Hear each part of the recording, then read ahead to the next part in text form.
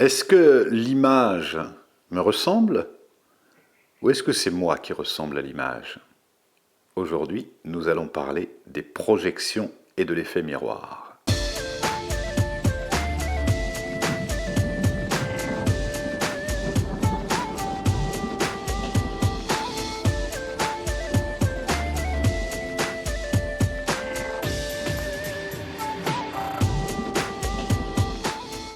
Bonjour et bienvenue au Moulin de Beaupré, bienvenue aux Chroniques du Moulin, des chroniques hebdomadaires pour lesquelles je vous accompagne avec des outils qui soient issus du développement personnel, de la spiritualité, de la psychologie, de la philosophie. Pour moi, il y a longtemps que je ne sépare plus toutes ces branches, il s'agit vraiment de la nature humaine et je trouve qu'il y a tellement de liens entre la psychologie et la spiritualité qui est une aptitude à se relier à plus grand que nous. Et j'aimerais aujourd'hui parler avec vous des projections et du principe du miroir.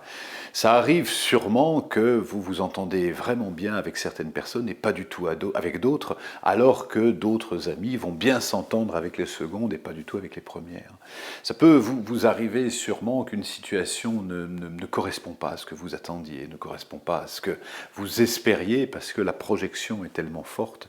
Et dans le bouddhisme tibétain, on compare souvent l'esprit si vous regardez un projecteur de cinéma, bon, les projecteurs de cinéma traditionnels, vous allez vraiment, la lampe va correspondre à l'esprit, le mental va correspondre au film qui passe en permanence un film, et l'écran du projecteur, l'écran sur lequel on projette le film, va correspondre à l'autre, à notre interlocuteur, à nos partenaires. Et ce qu'on voit de l'autre, ce n'est jamais l'autre pour ce qu'il est, mais c'est vraiment ce que nous projetons à partir de nos films. Parce que je ne sais pas si vous avez remarqué, mais on se fait quand même pas mal de films tout au long de l'année en se disant « je suis comme ci, je suis comme ça, l'autre devrait être comme ci, devrait être comme ça », et tout va partir pour les chamans, tout part de l'intérieur et le monde extérieur est comme une fractale du monde intérieur. Et c'est pour ça que si je veux changer le monde, je vais commencer par changer mes représentations. Et quand je parle de moi, par exemple, je vais souvent mettre en avant certaines parties de certaines qualités que j'ai. Je suis quelqu'un de généreux, je suis quelqu'un de courageux, je suis quelqu'un d'enthousiaste, je suis quelqu'un d'optimiste. Voilà, ça c'est ce que je vais facilement mettre en avant.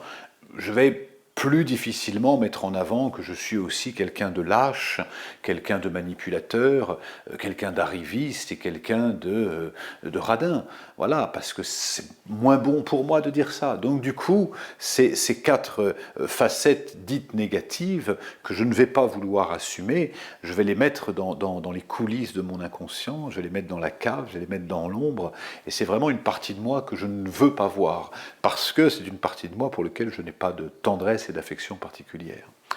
Et le principe de la projection montre vraiment comment toutes ces représentations, nous allons les projeter sur l'autre. Et ce que je vois de l'autre, quand je dis, j'aime cette phrase qui dit quand je montre quelqu'un du doigt, il y a un doigt qui est pointé vers lui, mais il y a 3 doigts qui sont pointés vers moi. Et c'est ce qui fait que quand je m'adresse à l'autre, je parle avant tout de moi. Quand je dis tu es méchant, tu es pas, etc., c'est de moi dont je parle. Le monde extérieur est une fractale du monde intérieur. Et c'est pour ça que ces facettes de nous, avec lesquelles nous n'avons pas suffisamment pacifié, si on ne les aime pas, on va les laisser dans l'inconscient, dans les coulisses de l'inconscient, et quand on va les voir chez l'autre, on ne va pas les supporter, donc on va lui reprocher à l'autre d'être manipulateur, d'être un pervers narcissique, d'être un voleur, d'être un menteur, etc.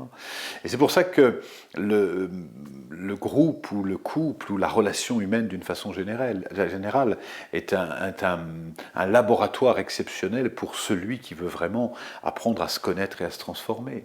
Et si vous regardiez dans votre entourage les gens qui vous agacent, les gens qui vous énervent, les gens qui vous plaisent, les gens à qui vous reprochez, et de vous dire qu'est-ce que ça vient résonner dans ma propre histoire. Si je suis apaisé moi-même, avec toutes les facettes de moi, je ne pourrai plus être gêné par l'autre. Mais ce qui se passe, c'est que je peux avoir en moi, par exemple, des personnages antagonistes. Je peux avoir envie de cadre et je peux avoir envie de liberté. Et si je ne suis pas bien avec ces deux facettes de moi, elles vont se battre l'une avec l'autre et peut-être je vais en mettre une de côté. Je vais dire non, mais j'ai besoin vraiment de liberté.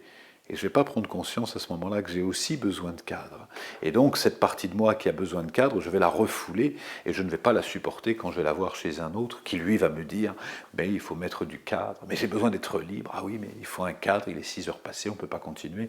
Et là, il va y avoir une tension avec l'autre parce que ce que je ne vais pas supporter chez l'autre, c'est une partie de moi qui est caché, qui est refoulé. Connais-toi toi-même, disait Socrate, et tu connaîtras l'univers et les dieux. Plus vous prendrez ce temps d'observer en vous ce qui résiste, tous ces personnages de l'ombre, moins vous projetterez sur l'autre ce que vous croyez être l'autre qui n'est en fait que vous. Les chamans ont souvent ce cercle autour du cou, ce cercle en collier, hein, c'est le miroir, qui nous rappelle que ce que nous voyons de l'autre n'est que le reflet plus ou moins grossissant, plus ou moins déformé de notre propre réalité. Et si pour changer l'autre, et si pour changer le monde, nous commencions par regarder ce miroir en face et en trouver sa beauté pour voir la beauté dans le monde et dans chacun.